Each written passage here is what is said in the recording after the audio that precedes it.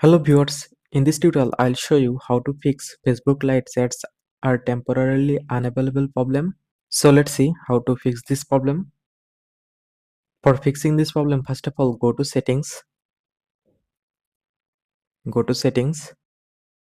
and then scroll down, find apps option. Now go to apps option. Now find Facebook Lite from the app list.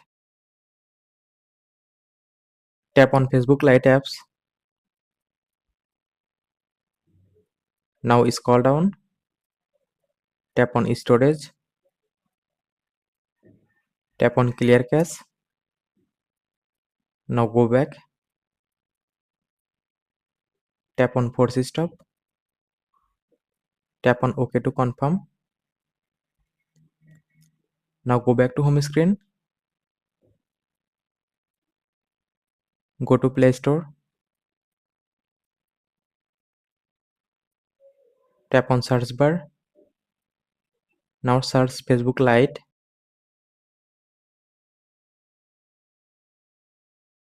Update your Facebook Lite apps in latest version. Now wait for completing update process.